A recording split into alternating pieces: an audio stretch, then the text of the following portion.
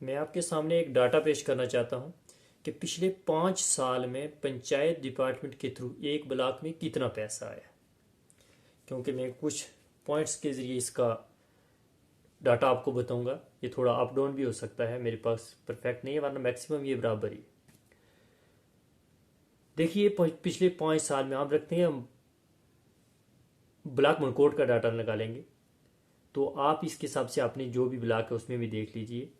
Block Mankot की सभी 17 पंचायतें हैं, तो 17 पंचायतों में हम हर पंचायत में 500 कम अज कम लगाएं तो 500 जॉब कार्ड है।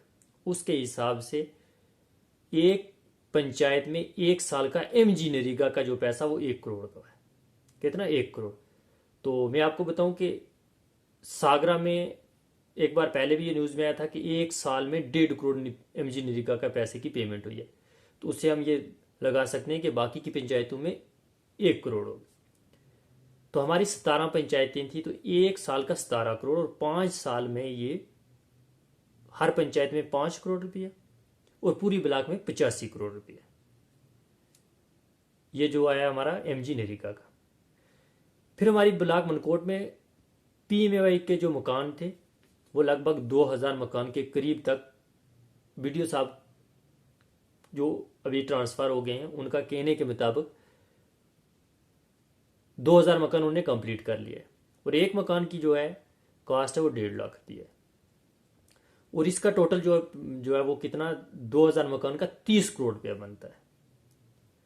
वहां यह कोपेक्स का जो है लगभग 14 एफसी 15 एफसी कोपेक्स बैक टू विलेज जो पंचायत में सरपंचों के पास कैश आया था जो एमजी नरेगा को छोड़कर, तो वो लगभग 1.5 करोड़ के करीब हर सरपंच के पास आया होगा।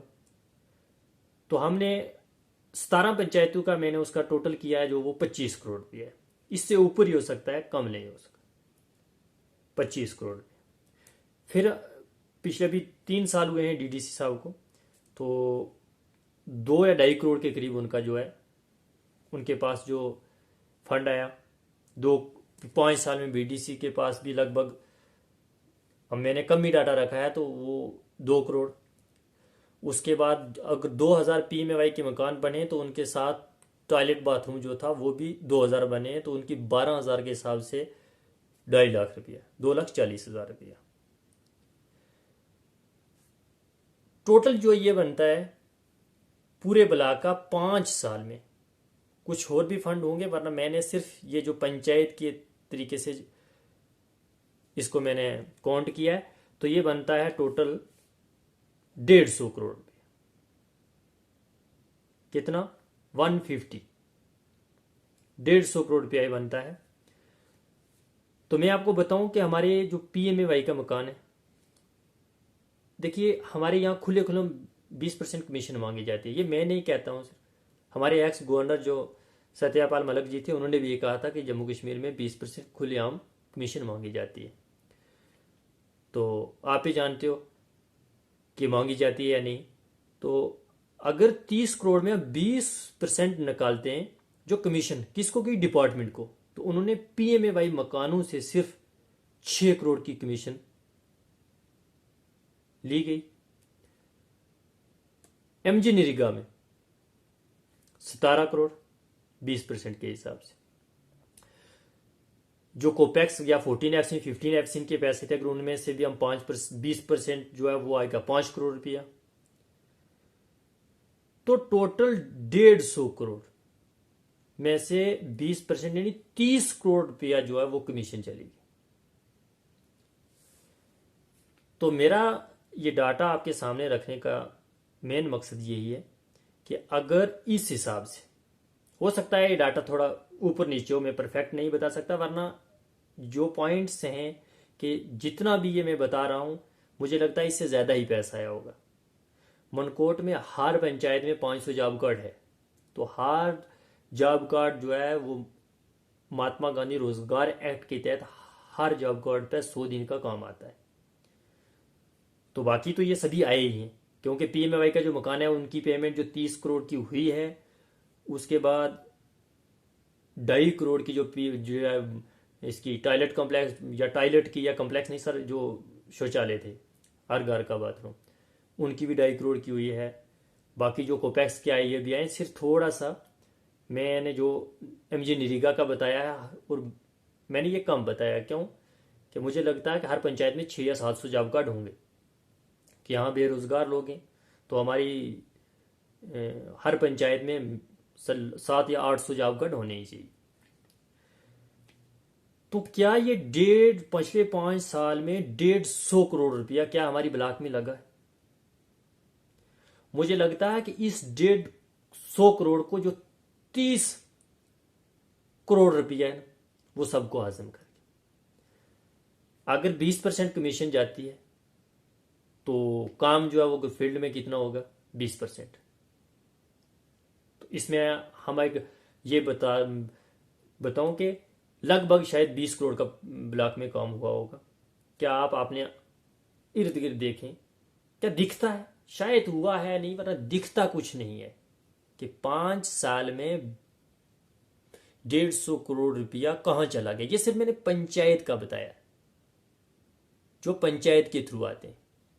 इससे और भी सरकार की बड़ी स्कीमें थी जो एग्रीकल्चर के थ्रू थी, जिसमें मशीनें फ्री दी गई, सब्सिडी पर दी गई।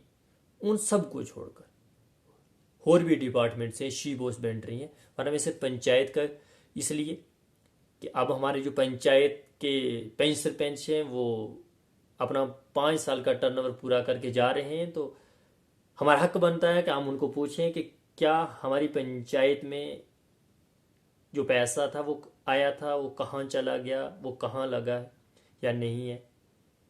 क्योंकि ये पैसा आम जनता के टैक्स से वसूल किया जाता है। देखिए, कुछ लोग कहते हैं जी सरकार का पैसा है। मैंने बहुत बार ये बात उठाई करप्शन पे। ये तो मैंने इस एस्टिमेट के हिसाब से बनता ही 30 करोड़ रुपए, सिर्फ 30 करोड़ कमीशन 20% के हिसाब से। तो वो किसने ली? डिपार्टमेंट ने। 30 करोड़ कम नहीं है।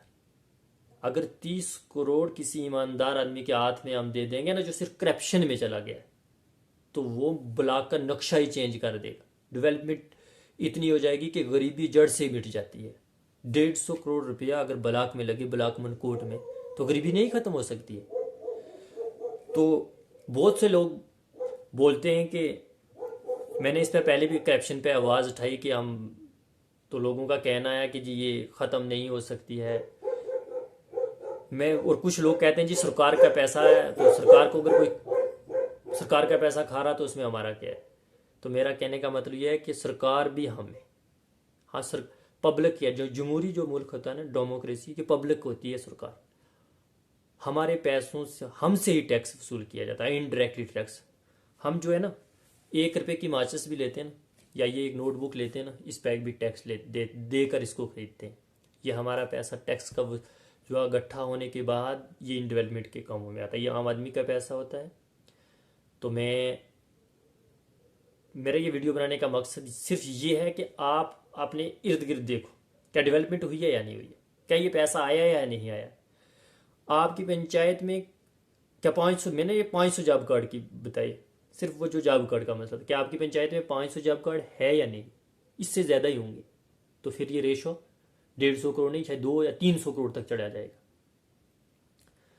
तो आप अपने इर्द गिर्द देख लें। शुक्रिया।